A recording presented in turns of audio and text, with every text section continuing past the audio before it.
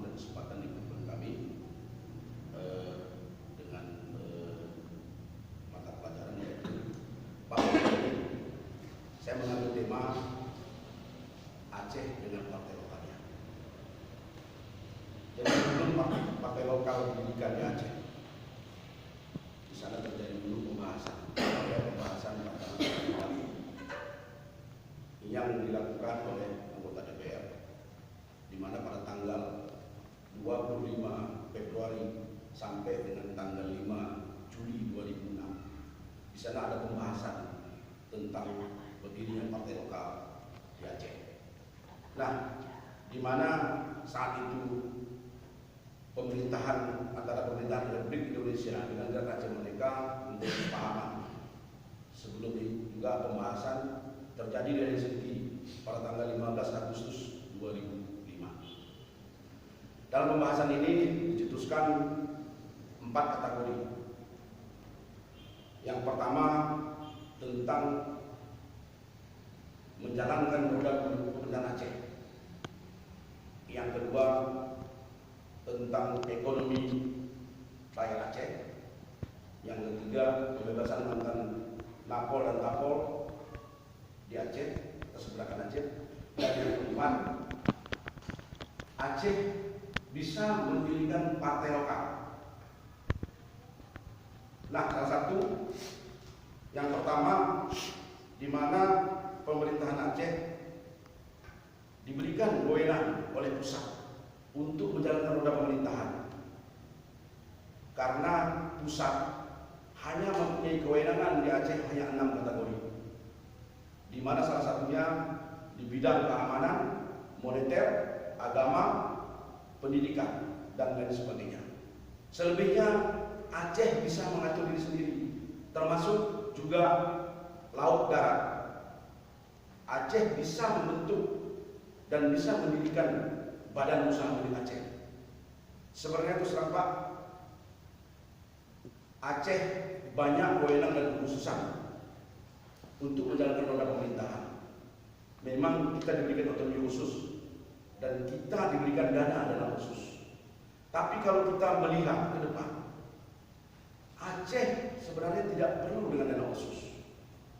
Dengan adanya dana khusus, banyak kewenangan Aceh itu diamputasi oleh pusat. Karena kenapa? Tidak bersatunya oleh politik Aceh, kurang bersatunya rakyat Aceh. Di mana sudah kita 3 kali melakukan pemilu legislatif. Belumnya rakyat Aceh mempercayakan haknya kepada partai lokal. Hari ini masih partai lokal itu sekitar 30-30% menguasai parlemen. Kita memimpikan lahirnya partai-partai lokal yang ada di Aceh ini.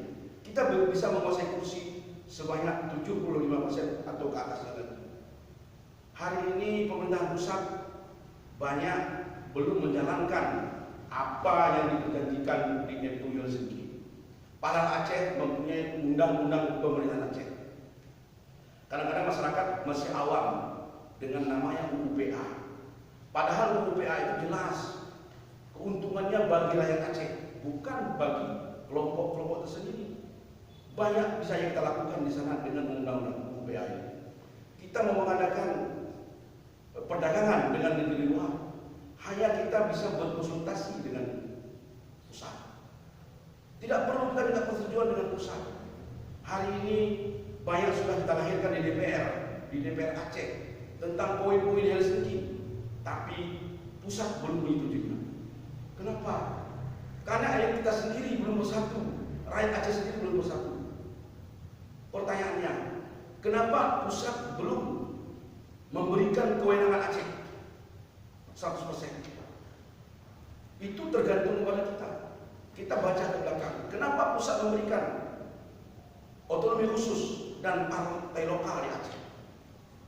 Tentunya adanya tekanan-tekanan secara politik, juga secara pergerakan di Aceh. Aceh dihargai karena adanya pergerakan, itu jelas. Karena adanya gerakan Aceh Merdeka, makanya Aceh diberikan kewenangan khusus. 34 provinsi hanya Aceh yang diberikan partai lokal. Padahal seluruh provinsi menginginkan ada parlok di sana dan mereka mengatur dirinya sendiri. tapi pusat tidak memberikan ke mereka. Kenapa? Berperang dulu kamu 30 tahun seperti Aceh berperang. Itu jelas. Tapi kita tidak sadar bahwa kita terperangkap dengan peraturan-peraturan yang ada. Kita mempunyai undang-undang, tapi kita sulit menjalankannya. Kenapa? Undang-undang itu adalah undang-undang pemerintahan Aceh. Di bawah daripada PP, peraturan pemerintah. Undang-undang kita itu di atasnya. Sebenarnya undang-undang kita itu adalah di bawah Undang Dasar 1945. Walaupun kita menjalankan roda pemerintahan dengan UPA, tapi kita di bawah naungan NKRI. Itu sudah jelas di situ. Nah, hari ini kenapa pusat seringkali menuduh kita? Kenapa mereka takut dengan lambang dan himne kita?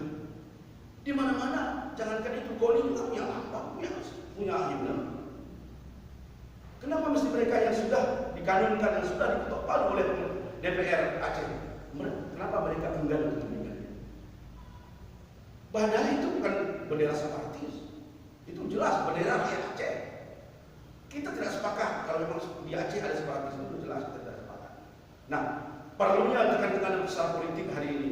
Dulu GAM, Gerakan Aceh Merdeka, mereka untuk memperjuangkan hak rakyat dengan senjata. Hari ini sudah beralih. Gerakan Aceh Merdeka memakai dengan cara politik mereka memperjuangkan hak rakyat Aceh.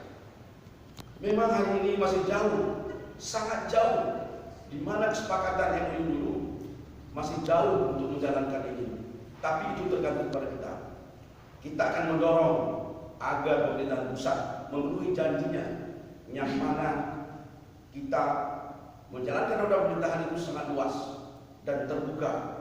Yang jelas, undang-undang pemerintahan Aceh bukan untuk kepentingan golongan, tapi itu kepentingan bagi rakyat Aceh sendiri. Kita mari berjuang dengan cara politik untuk agar pusat lebih memperhatikan dan butir-butirnya itu akan direalisasikan di lapangan. Ini yang kita maukan. Kita sangat sedih.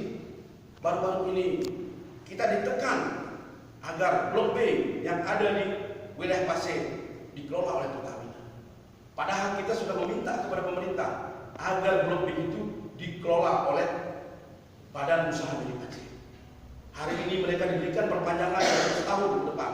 Tapi inilah nanti kita akan mendorong pemerintahan Aceh dan DPR agar Blok B ini dikelola oleh Aceh sendiri.